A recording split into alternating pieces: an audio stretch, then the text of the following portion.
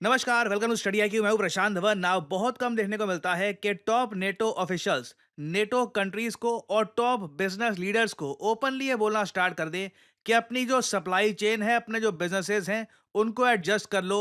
War time scenario के लिए खुद को प्रिपेयर कर लो। अब अगर यहाँ पे आप सोच रहे हैं कि अच्छा ठीक है, नेटो ऑलमोस्ट हर एक डेढ़ साल में ऐसी स्टेटमेंट देता ही है, पहली बात तो नहीं। नेटो ने ऐसी स्टेटमेंट कई दसियों सालों में नहीं दी। दूसरी बात यहां पर यह आती है कि रिसेंटली कई मेजर नेटो कंट्रीज हैं, इन्होंने जेन्युइनली वॉर के लिए प्रिपेयर करना स्टार्ट कर दिया है।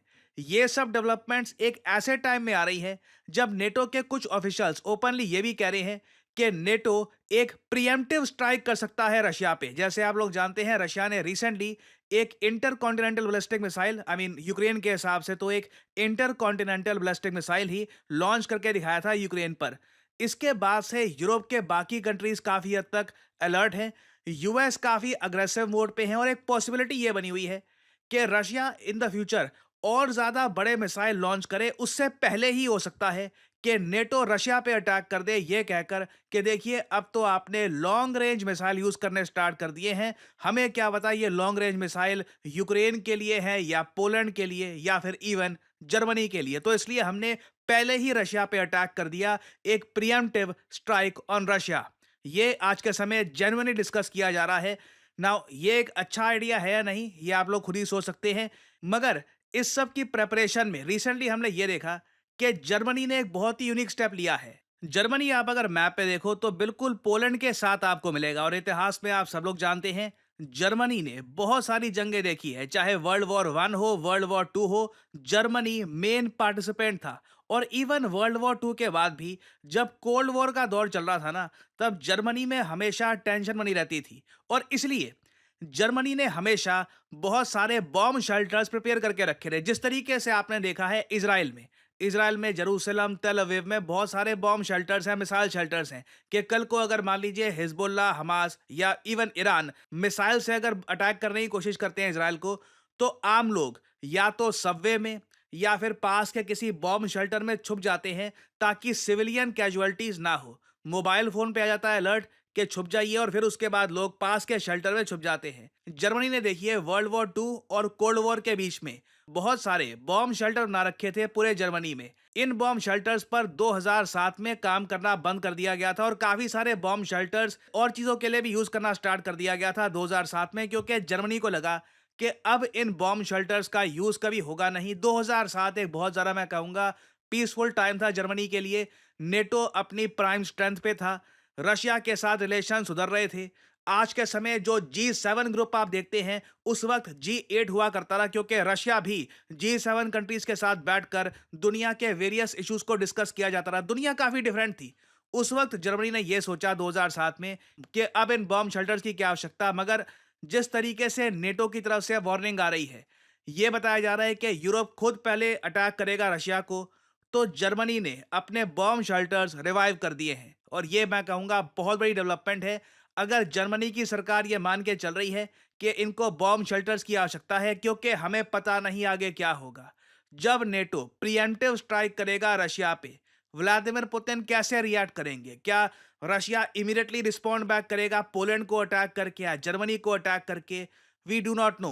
और जो ये शब्द है ना प्रिएम्प्टिव स्ट्राइक, मैं आपको ये बता दूं, 2020 में एक बहुत अच्छा आर्टिकल पब्लिश किया गया था कि जो ये शब्द है प्रिएम्प्टिव स्ट्राइक्स, ये एक प्रॉब्लम बन जाएगी इंटरनेशनल लॉ में। बहुत अच्छा आर्टिकल था जहां पर यह बताया गया, अगर भारत ने भी जो पाकिस्तान पे पहले अटैक किया था, यहां पर बालाकोट में जो सर्जिकल हमने स्ट्राइक करी थी आतंकवादियों को मारने के लिए, इससे पहले कि आतंकवादी हम पर अटैक करते, सही वर्ड यहां पे होना चाहिए एंटिसिपेटरी सेल्फ डिफेंस। और ये इस केस में ही होना चाहिए जब आपको दिख रहा हो कि कोई आतंकवादी आप पे अटैक कर रहा है, जो इंडिया ने किया था पाकिस्तान के केस में। जो रशिया का केस है कंप्लीटली डिफरेंट है।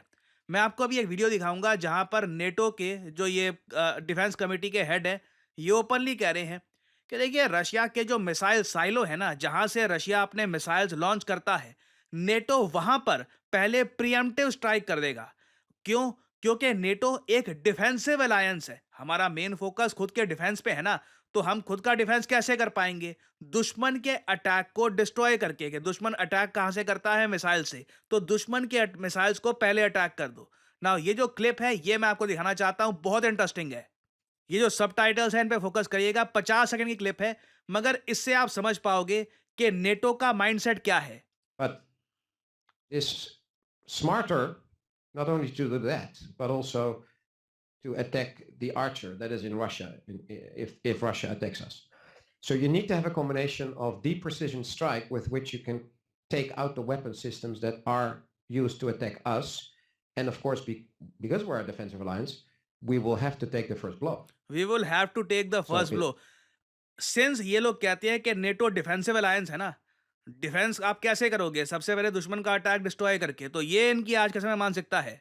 और देखो यहाँ पे अब हो क्या रहा है, सिंस ये स्टेटमेंट ओपनली दे दी गई है, नेटो ने ओपनली अपने डिफेंस कमेटी के जो इनके हेड हैं, ये खुद ही कह रहे हैं कि हम प्रिएम्प्टिव स्ट्राइक करेंगे। रशिया के जो विदेश मंत्री हैं सरगेई लावरोव, इन्होंने खुद अपने लोगों को, अपने मीडिया को ये बताया है। यहाँ पे आप देख पाओगे लावरोव जो रशिया के विदेश मंत्री हैं, इन्होंने कहा है कि वॉर जो आज के समय नेटो की डिफेंस कमेटी को लीड कर रहे हैं, इन्होंने कहा है कि to achieve the goals of protecting and defending the members of the NATO North Atlantic Treaty Alliance, it is necessary to preemptively strike at those targets in the Russian Federation that in NATO's opinion could pose a threat।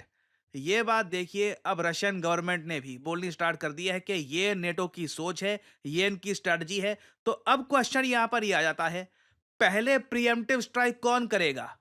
अब again यहाँ पे यहीं से start होती है major conflict कि पहला attack कौन करेगा, किसको सामने वाले पर ज्यादा शक आ रहा है कि वहां से अटैक पहले होने वाला है। रीजन दोनों के पास है। नेटो कह सकता है कि हमको लग रहा है कि रशिया अटैक कर देगा, रशिया यहां पर कह सकता है कि देखिए हमें लग रहा है कि नेटो हम पे पहले प्रीएम्प्टिव स्ट्राइक ना कर दे तो हमको प्रीएम्प्टिव स्ट्राइक कर देने चाहिए। तो देखिए सिचुएशन डिटेरियोरेट बहुत ज्यादा तेजी से हो सकती है और इसलिए नेटो के ऑफिशियल्स ये भी कह रहे हैं बाकी नेटो कंट्रीज को कि अपनी सप्लाई चेन्स को एडजस्ट करना स्टार्ट कर दो एंड प्रिपेयर फॉर वॉर। मैं यहाँ पर ये नहीं कह रहा कि 100% वॉर होगी, बट जो ये टाइम है ना, मैं कहूँगा अगले महीने के जनवरी 2025 तक का, it's going to be very testing.